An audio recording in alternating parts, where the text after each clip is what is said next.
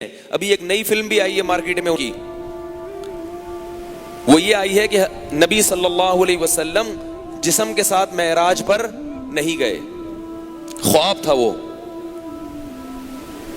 اور اس کے لیے انہوں نے قرآن کا لفظ پکڑا ہے وما جعلنا الرؤیا التی، کہتے ہیں رؤیا خواب کو کہتے ہیں، رؤیا خواب کو بھی کہتے ہیں، رؤیا کے لغوی معنی خواب نہیں ہے، رؤیت دیکھنے کو کہتے ہیں، دیکھنے کو، یہ ہے نہیں رؤیت ہلال کمیٹی، ہلال دیکھنے کی کمیٹی،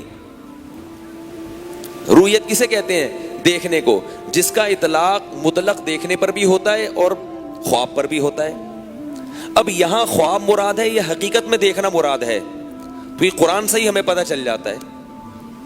دو آیتیں اس وقت سرسری، میں نے یعنی سرسری طور پر دو آیتیں آپ غور کریں گے نا، میں اس لیے کہہ رہا ہوں کہ سرسری غور سے ہی بہت سی چیزیں سمجھ میں آ جاتی ہیں، اور محترم مطالعہ کر کے بھی غلط باتیں کر رہے ہوتے ہیں۔ علم کا یہ حال ہے، اس سے معلوم ہوتا ہے کہ محترم کے پاس مطالعے کی کمی نہیں ہے، جان بوجھ کر ایک سازش کے تحت ان کو میڈیا پہ بٹھایا گیا ہے تاکہ صدیوں سے جو چیزیں مسلمانوں میں اتفاقی چلی آ رہی ہیں، جن میں کبھی دو رائے نہیں ہوئی، ان آراء میں اختلاف ڈالا جائے، یا اگر کوئی ضعیف قول کسی فقیہ نے کہہ دیا، مفسر نے کہہ دیا، جس کو امت نے مسترد کر دیا تھا، اس کو دوبارہ اٹھا کے امت میں فتنہ برپا کیا جائے۔ تو یہ جو قرآن نے کہا کہ نبی ہم نے آپ کو جو رؤیا دکھایا، یعنی جو چیز ہم نے آپ کو دکھائی، یعنی معراج، تو اس رؤیا کے لفظ سے وہ کیا کہتے ہیں کہ یہ کیا ہے؟ خواب ہے۔ نبی صلی اللہ علیہ وسلم حقیقت میں آسمان پہ نہیں گئے، بلکہ کیا آیا تھا؟ خواب آیا تھا۔ تو اللہ نے اس کو کیا کہا ہے؟ فتنۃ للناس، ہم نے اسے لوگوں کے لیے آزمائش بنا دیا۔ آزمائش کیا؟ کچھ سن کے ایمان لائیں گے اور کچھ سن کے انکار کر دیں گے کہ یہ ہماری سمجھ میں نہیں آتا۔ خواب آزمائش بن سکتا ہے؟ نبی اگر بتاتے ہیں مجھے خواب آیا تو کہتے خواب تو کسی کو بھی آ سکتا ہے بھائی، خواب تو مصر کو بڑا زبردست آ گیا تھا، خواب تو فرعون کو بھی آیا تھا کہ میری سلطنت میں ایک بچہ پیدا ہونے والا ہے جو میری سلطنت کو الٹ دے گا، اور سچا خواب تھا وہ، نہیں یاری میرے خیال ہے۔ تو یہ خواب نہیں تھا، اگر خواب ہوتا تو اللہ اس کو اتنی بڑی آزمائش بولو نہ بتاتے۔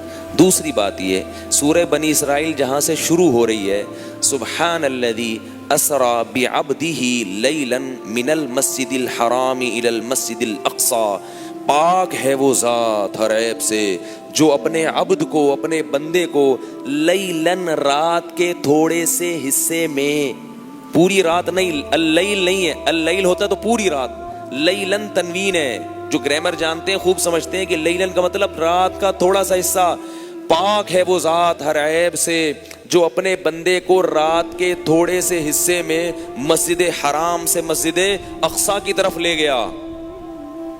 یہاں اللہ کیا بیان کر رہے ہیں؟ اپنی طاقت اور قدرت۔ جب بھی کوئی عجیب واقعہ ہوتا ہے ہم کیا کہتے ہیں؟ سبحان اللہ۔ نہیں آئی بات؟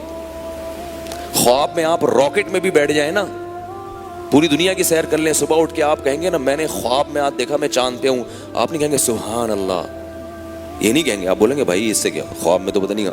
اور اگر وہ یہ کہتا ہے کہ میں حقیقت میں چاند سے ہو کے آیا ہوں، کہو گے سبحان اللہ، یا تو تم جھوٹ بول رہے ہو یا پھر کیا بھائی، سبحان اللہ۔ تو اللہ کہاں سے کلام کی ابتدا کر رہے ہیں؟ سبحان الذی، ہر عیب سے پاک ہے، یعنی اپنی طاقت اور قدرت بتا رہے ہیں،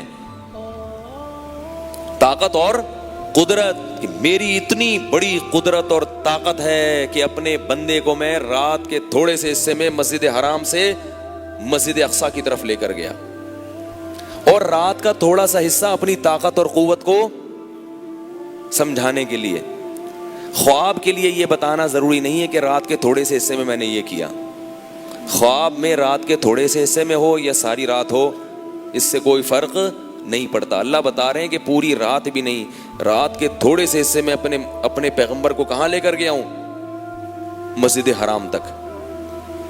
سمجھ رہے ہو بات کو کہ نہیں سمجھ رہے؟ اب آپ اس پہ کہہ سکتے ہیں کہ ممکن ہے کوئی نئی فلم آئے مارکیٹ میں اور وہ کہے کہ بھئی یہاں سے وہاں تک تو قرآن سے جانا ثابت ہے، آسمانوں پہ جانا قرآن سے ثابت، بھئی مسجد حرام سے مسجد اقصی تک تو جانا مان لیا، باقی خواب تھا۔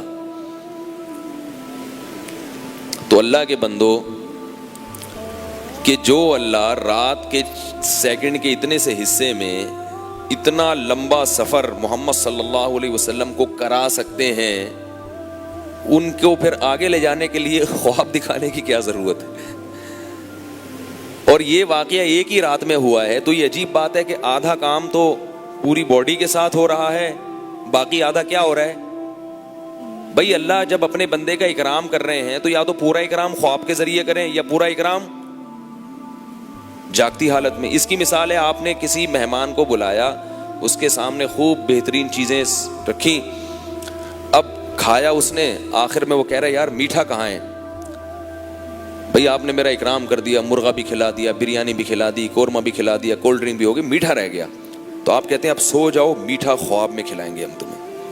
تو کہہ گئے پھر باقی یہ چیزیں بھی خواب میں ہی کر دیتے، باقی چیزیں بھی خواب میں کر دیتے۔ اگر تمہیں اتنا کنٹرول ہے تو یہ عجیب بات ہے کہ رات کے آخری حصے میں اللہ کہہ رہے اپنے بندے کو میں لے کر گیا، یہاں کہیں بھی نہیں کہ خواب میں لے کر گیا ہوں۔ سبحان الذی اسری بعبدہ لیلا من المسجد الحرام الی المسجد الاقصی الذی بارکنا حولہ لنریہ من آیاتنا، تاکہ ہم اپنے بندے کو اپنی بڑی بڑی نشانیاں دکھائیں۔ تو بھائی یہ سمجھ میں آنے والی چیزیں نہیں ہیں، مارکیٹ میں جو آ رہی ہیں نا آج کل، یوٹیوب پہ ہر بندہ بیٹھا ہوا ہے، فیس بک پہ کوئی بھی اپنی بس ویڈیو آڈیو کلپ بنا بنا کے لوگ پھینک رہے ہیں۔ ہاتھ جوڑ کے کہتا ہوں مجھے کوئی مسلک پرستی کا شوق نہیں ہے، نہ مجھے کوئی تعصب ہے۔ مذاہب اربعہ کے کو جب تک فالو کرتے رہو گے، ان چاروں اماموں کو، اس وقت تک خیر میں رہو گے۔ زیادہ زیادہ اگر غلطی ہوگی تو ایک اجتہادی خطا ہوگی جس میں کسی بڑے مجتہد کا قول ہوگا، اتنی بڑی خطا نہیں ہوگی کہ بالکل ہی آؤٹ ہو جاؤ۔ لیکن ان مذاہب اربعہ سے نکل گئے تو پھر بریکیں فیل ہیں، پھر بریکیں فیل ہیں۔ ہر شخص قرآن و حدیث کا لیبل لگا کے تمہیں کہاں سے کہاں لے جائے گا۔ تو جب بھی کوئی آیا کرے نا تو آپ اس سے پوچھو ان چاروں ائمہ میں سے کسی کا اس پہ قول ہے، فتویٰ ہے؟ اگر وہ کہے نہیں ہے تو آپ بولو بھائی ان کی عقل آپ کی عقل سے زیادہ تھی۔ وہ کہے گا کہ نہیں ہم قرآن و حدیث کو ماننے کا ہمیں حکم ہے، ہمیں ائمہ کو فالو کرنے کا حکم نہیں ہے، تو بولو قرآن و حدیث وہ لوگ ہم سے زیادہ سمجھتے تھے، دیٹس آل، ختم ہو گئی بات۔